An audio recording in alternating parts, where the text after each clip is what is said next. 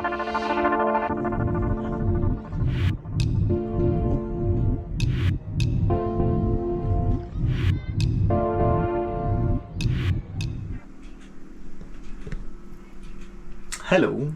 our batteries have arrived.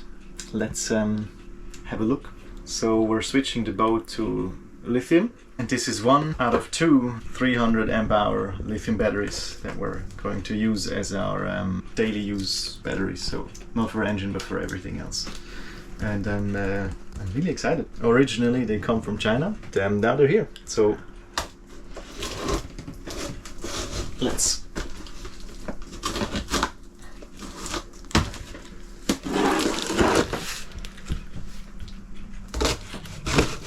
a bit like Christmas.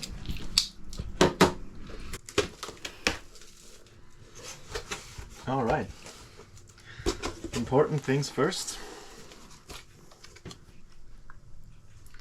We have a certificate of quality, so you know it's a quality product if one of these things is in. Installation guide. Advertisement for more batteries. I have already told Kira that I would like to have more, which she wasn't really fond of because these are already big. And the warranty. Okay, yeah. So let's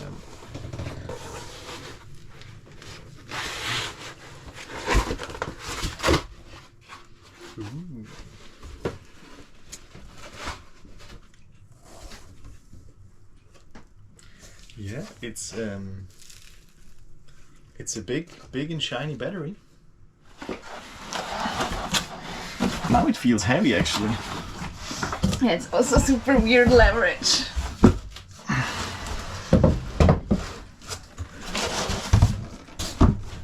So excited. These things are supposed to be 28 kilos. I don't know, these 28 kilos?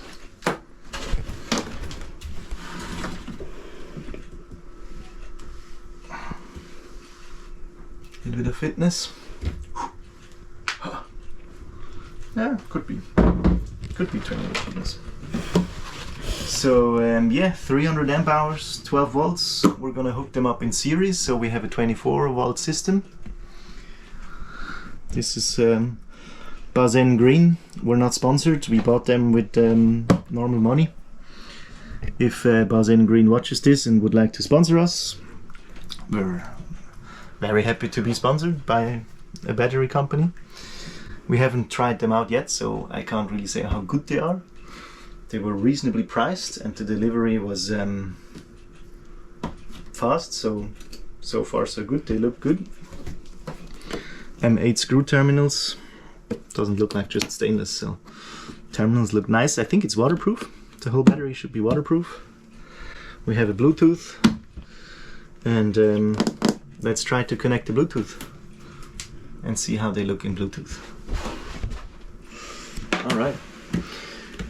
Not only does it have amazing capacity in the sleek case, but we have opted for the version with the BMS. I don't think you can order it without. You can order with Bluetooth or without Bluetooth, but I want to know what's going on in here.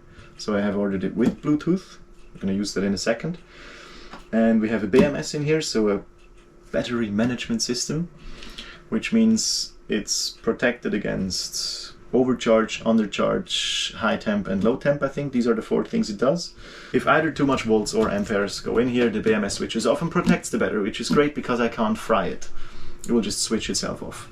And these things have a BMS that is rated to 150 discharge, I think 100 amps charge, 4 in series and 4 in parallel. So in theory you can hook up 16 of these guys. I'm not sure if anyone needs that much power, but you could. So I can discharge this battery at 150 amps constantly, and the peak is over 200 amps for short periods of time, which is, so 150 amps on a 24 volt system is 3600 watts.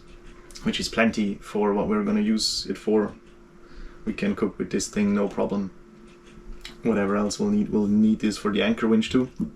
So we have decided to get the anchor winch, not an extra pair of batteries, but just use it for these, because the anchor winch draws 70 amps and this thing gives 150, so we're well within the safety range of this battery. So this is the heart of the electric system. We have anchor winch, cooking, laptop, radio, whatever. Yes, all centralized on one energy source. It's risky, but these things will be reliable. I have a good feeling about this. It has Bluetooth, so let's see what's inside the battery. Look. Alright, so we have the Xiang app, which is the app that comes with the battery. I just scanned this QR code, downloaded stuff from the internet like every good citizen, click everything OK, and this is what you get. So here is nothing on yet, and the device then connects via Bluetooth.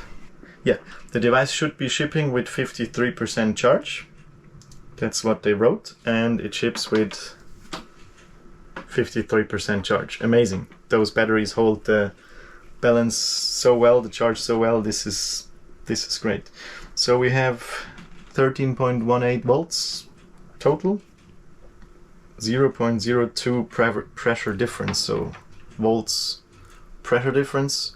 4 lithium cells in here that are connected in series, and they should be equally charged, the more equal the better, and 0.002 is really good. One thing that might be interesting to some of you guys is the production date of this battery. Apparently is the 8th of October 2022, and we ordered this in March 23? Yes, March 23. So they're fairly new. I'm not sure if this is the manufacture date of the cells or of the battery. The next step that we're doing is we are charging these individually to 100% with a 12-volt charger before we connect them in series. So because they're connected in series, if they're not evenly charged, we only get the capacity of the lesser capacity. So it's gonna take a while to charge. So I need to charge 147 amp hours. Our charger can do 10 amps if we're lucky, so it's gonna be a while. We'll have a amazing 600 amp hours of battery capacity. We'll cook electric, we'll have laptops, whatever. All the energy we need. Okay, so we charge our very new lithium batteries for the very first time. And we're a bit nervous, at least I am. Me too. So before we set them up in series, they need to be charged individually to 12 volt. So they're now down here, hooked up to the charging of the starter batteries. So that is the charger cable and that is the regular negative, which in theory should work, I think. I just hope it does. So we'll add the power and then see on the app what happens with the batteries. I mean, they have a BMS inside, so the real bad stuff they should manage themselves. Now if I connect.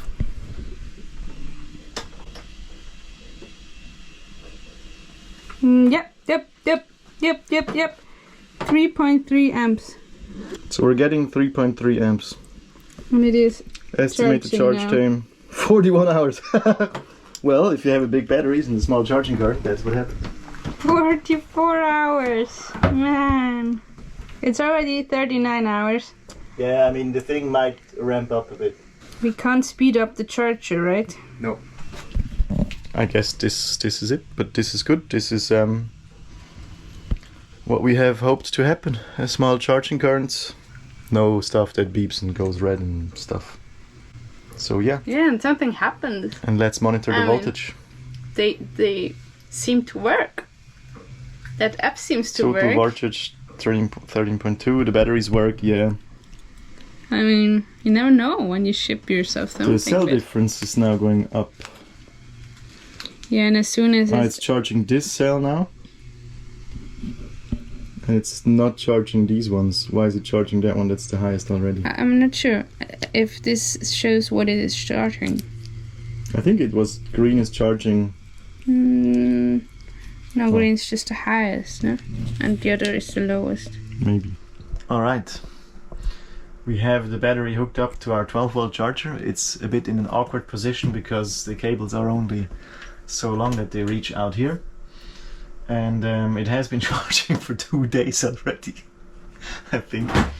And we're charging also at a whopping 2.5 amps right now, because our charger somehow doesn't even give the rated 10 amps. So yeah, this battery, now its remaining time is 13 minutes. If you're buying this battery, make sure you have a 12-volt charger that is strong enough to charge this in a reasonable amount of time. For us now, not so much a problem, because we're not going to use this as a 12-volt system, so we have a 24-volt charger with 50 amps, which then is much faster. But it's a big battery, use a big charger, otherwise it's gonna charge for a while. We haven't had a load on it, but at least the charging seems to work fine. It balanced out now with charge balance, so it balances during charging.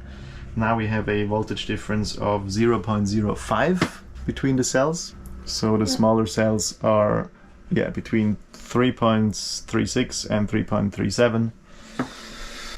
That is well within the acceptable ranges, I think. I'm no expert with batteries, but I think that is pretty good.